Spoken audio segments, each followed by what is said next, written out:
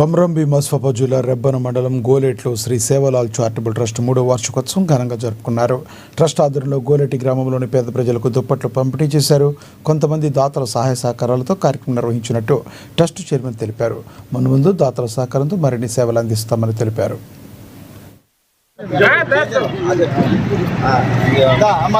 Sevalal charitable trust ఆధ్వర్యంలో 2వ సంవత్సరం గత సంవత్సరం కూడా ఈ చలికాలంలో దుప్పట్ల పంపిణీ చేయడం జరిగింది.